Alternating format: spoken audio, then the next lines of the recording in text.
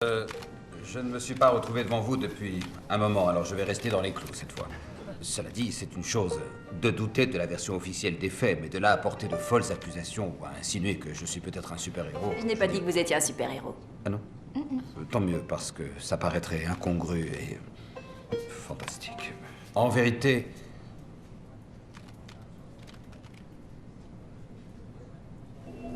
On reprend tout depuis le début.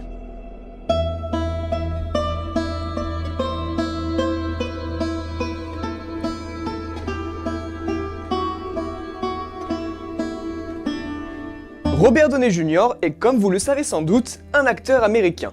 Il est né le 4 avril 1965 à New York et plus précisément à Greenwich Village, un secteur du quartier de Manhattan. Robert est le fils des acteurs Robert Downey Sr. et Elsie Downey. Il a des origines irlandaises, juives, lituaniennes et juives hongroises du côté de son père, mais aussi écossaises, allemandes et suisses du côté de sa mère. Et par ailleurs, pour être plus complet, il a aussi une sœur aînée qui s'appelle Allison. Et ce que j'ai d'ores et déjà trouvé super intéressant avec Robert Downey Jr., c'est qu'il vient d'une famille qui sont acteurs aussi. Du moins son père et sa mère. Donc on peut dire qu'il est déjà en territoire connu et qu'il était sans doute fait pour ça. En 1970, il joue pour la première fois dans un film de son père alors qu'il n'a encore que 5 ans. Quelque temps après, il va malheureusement faire face au divorce de ses parents et il vivra majoritairement avec son père à Los Angeles, où il fera des petits boulots dans un restaurant ou dans des magasins de chaussures et jouera même dans des petites pièces de théâtre, juste après avoir abandonné l'université comme tout bon acteur qui se respecte. Ensuite, entre 1985 et 1986, il participe à une mini-série télévisée Mussolini, The Untold Story. Puis il est engagé pour une saison dans la troupe de la série Saturday Night Live et finira enfin par atterrir à Hollywood où il obtiendra des seconds rôles dans des bandes pour adolescents avant de décrocher en 1987 la tête d'affiche dans un film de James Toback, The Pick-up Artist. La même année, il attire l'attention en incarnant un jeune toxicomane dans Neige sur Beverly Hills, adaptation du roman de Bret Easton Ellis. Ensuite, il enchaîne en étoffant ses rôles jusqu'à partager la tête d'affiche avec des grands noms du cinéma, comme James Woods dans Coupable Ressemblance ou encore Mel Gibson dans Air America. Après ces quelques performances, c'est au tour de Richard Attenborough de le choisir pour incarner le génie burlesque du cinéma, Charlie Chaplin, dans le film sobrement intitulé Chaplin. Un rôle remarqué qui lui vaudra même sa première nomination à l'Oscar du meilleur acteur, sans toutefois l'obtenir. Et l'Oscar a été remis cette année-là à Al Pacino pour sa merveilleuse performance dans Le Temps d'un week-end. Là où l'on pouvait apercevoir un avenir glorieux pour le jeune acteur, quelque chose de sombre se dessinait peu à peu et quelque chose finira par le rattraper. Entre 1996 et 2003, la carrière de Robert Downey Jr. est affectée par de graves problèmes de toximanie et d'alcoolisme, dont il souffre depuis l'adolescence et qui lui valent d'être arrêté et emprisonné à plusieurs reprises. Apparemment, et d'après les sources que j'ai trouvées, il serait tombé très tôt dans l'alcool et la drogue à cause de son père. D'après Downey Jr. lui-même, son père l'aurait regardé tout en étant en train de boire un verre de vin blanc et lui a carrément proposé de fumer du cannabis avec lui. Robert Downey Jr. était alors âgé de 8 ans. Et le fait d'avoir touché à la drogue et l'alcool très tôt dans sa vie, cela a bien évidemment eu des répercussions bien plus tard. En avril 1996, il est arrêté pour excès de vitesse sur Hollywood Boulevard. Le policier découvrira que Robert Downey Jr. était en possession d'héroïne, de cocaïne et d'un pistolet. Et vous vous en doutez, il ne s'agissait pas là d'un tournage. À peine un mois après, en mai 1996, l'acteur est retrouvé endormi dans un lit d'enfant chez un inconnu. Et là, c'est la goutte qui a fait déborder le vase. Il sera par la suite condamné à 3 ans de liberté conditionnelle et reçoit l'obligation de passer des tests de dépistage réguliers. En 1997, un des tests s'avère positif et il va donc passer 6 mois dans une prison du comté de Los Angeles.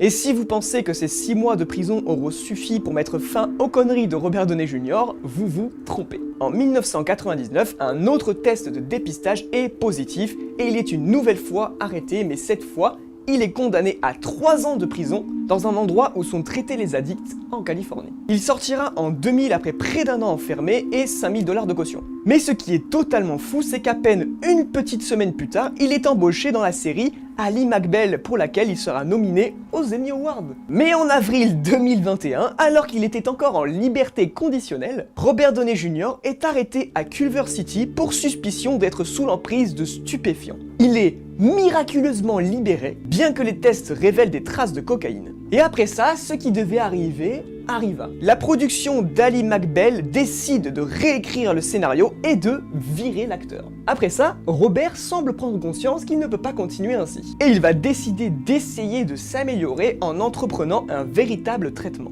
Après 5 années difficiles, il émerge enfin un tout petit peu et il se marie avec Suzanne Levin et il va se produire un événement déclencheur survenu en 2003 qui va totalement faire basculer sa vie. S'arrêtant dans un Burger King et sa voiture étant bien entendu chargée de substances illicites, il mange un cheeseburger dégoûtant et il va subitement se dire que quelque chose de grave va très vite arriver. Il jette alors toutes ses drogues dans l'océan et met instantanément fin à tous ses excès. Oui, la vie de Robert Downey Jr. a pris un tournant grâce à un cheeseburger. En 2005, il interprète un petit malfrat devenu apprenti détective privé dans Kiss Kiss Bang Bang et un journaliste dans Good Night and Good Luck de George Clooney. En 2006, il joue un rôle de médecin dans Raymond de Brian Robbins. En 2007, il séduit Nicole Kidman dans Fur et il va jouer dans Zodiac de David Fincher. Sacré petit parcours pour un acteur sortant d'une forme de cure de désintoxication. Et vous le savez sans doute, mais c'est en 2008 que l'acteur va gagner une reconnaissance populaire. Tout d'abord, il va jouer dans la comédie Tonnerre sous les tropiques, réalisée par l'excellent Ben Stiller. Downey Jr. y livre une performance délirante dans le rôle d'un acteur australien Kirk Lazarus, se préparant pour le rôle d'un sergent afro-américain. Et sa performance lui vaudra même une nomination pour l'Oscar du meilleur acteur dans un rôle secondaire. Et c'est même pas une putain de blague.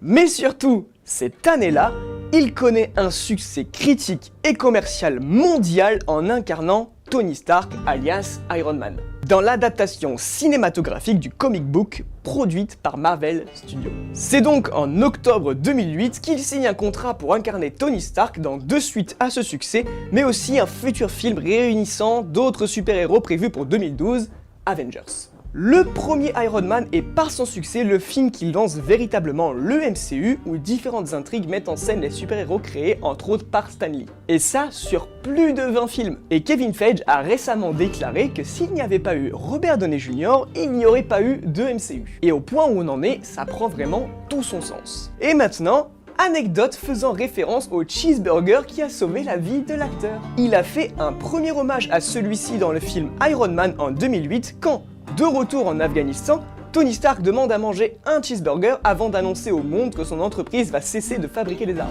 Et il en fait un deuxième hommage notable dans Avengers Endgame, lorsque Happy demande à la fille de Tony ce qu'elle désire manger lors de ses funérailles et elle répond « des cheeseburgers ». Fin de la parenthèse. Entre-temps, il s'est engagé sur 2 projets prévus pour l'année suivante. En 2009, il prête ainsi ses traits à Sherlock Holmes dans une nouvelle adaptation cinématographique à gros budget du classique littéraire anglais de Arthur Conan Doyle. L'acteur y est entouré de Jude Law dans le rôle de Watson et de Rachel McAdams dans celui d'Irene Adler. L'acteur connaît un large succès commercial à travers le monde et Downey Jr. reçoit même un Golden Globe pour le meilleur acteur. La même année, il défend un projet plus modeste dans le drame Le Soliste réalisé par Joe Wright. L'acteur y incarne un journaliste Steve Lopez qui a découvert un musicien de génie dans la rue, interprété par l'oscarisé Jamie Foxx. Et à partir de 2010, c'est parti pour les super productions. Il reprend le rôle d'Iron Man dans le 2e opus toujours réalisé par Jon Favreau et il a notamment pour partenaire Scarlett Johansson qui y incarne Black Widow. Durant l'été, il partage l'affiche de la comédie potage Date Limite avec Zach Galifianakis sous la direction du réalisateur Todd Phillips, qui lui est le réalisateur des 3 Very Bad Trip mais plus récemment réalisateur de Joker. En 2012, il redevient Sherlock Holmes pour un second opus toujours réalisé par Guy Ritchie et il réendosse l'armure de Iron Man pour Avengers, film événement écrit et réalisé par Josh Whedon. Et ce film connaît un succès colossal, que ce soit critique ou commercial. Il débute en mai 2012 avec Iron Man 3, écrit et réalisé par Shane Black, un film pour lequel sa rémunération s'est élevée à 50 millions de $. En 2013, grâce à Avengers et Iron Man 3, Downey Jr. devient l'acteur le mieux payé d'Hollywood avec ses 75 millions de dollars accumulés entre juin 2012 et juin 2013. En juin 2013, il renouvelle son contrat avec Marvel Studios pour apparaître dans 2 suites d'Avengers. En 2014 d'abord, il s'investit dans un film plus personnel et modeste, Le Juge. Il produit et joue dans ce drame réalisé par David Dobkin, où il incarne un avocat chargé de défendre son père joué par Robert Duvall. Son interprétation est, elle, unanimement saluée, contrairement au film pour lequel les avis sont un peu plus partagés. Cette année-là, il tient aussi un second rôle dans la comédie dramatique culinaire Chef qui marque le retour au cinéma indépendant de Jon Favreau. L'année suivante, en 2014, c'est reparti avec Iron Man dans Avengers l'ère d'Ultron, et ce projet signe sa 6e apparition dans l'univers cinématographique Marvel, soit le personnage le plus récurrent derrière Nick Fury qui lui est incarné par Samuel L. Jackson. Le film est encore une fois un raz-de-marée, et Robert Downey Jr. renégocie alors son contrat avec Marvel Studios pour étendre son engagement sur 3 films supplémentaires, dont Captain America Civil War et 2 autres films qui seront Spider-Man Homecoming et Avengers Infinity War. Le 1er juillet 2015, le magazine Forbes révèle qu'il est pour la 3e année consécutive l'acteur le mieux payé au monde avec 80 millions de dollars gagnés entre le 1er juin 2014 et le 1er juin 2015. En 2016 sort Captain America Civil War réalisé par Anthony et Joe Russo, et en 2017 il apparaît dans Spider-Man Homecoming où il chapeaunera Tom Holland, le nouvel interprète de Spider-Man. Et sachez que pour 15 minutes d'apparition à l'écran, il a touché 5 millions de dollars. La même année, il tourne coup sur coup Avengers Infinity War et Avengers Endgame. L'acteur a touché 75 millions de dollars pour le premier film, sans compter le pourcentage sur les recettes. Il est ainsi l'acteur le mieux payé du MCU. Le diptyque Avengers Infinity War et Endgame marque la fin de son contrat avec le MCU après 9 films en 11 ans. Le succès de ces 2 films Avengers n'est un secret pour personne. Et Avengers Endgame est même devenu le plus gros succès de tous les temps, mais ça a été dépassé depuis par Avatar, parce qu'il est sorti en Chine. Et je ne vais pas m'attarder plus que ça sur le dernier film qu'il a fait, qui est Dr. Dolittle,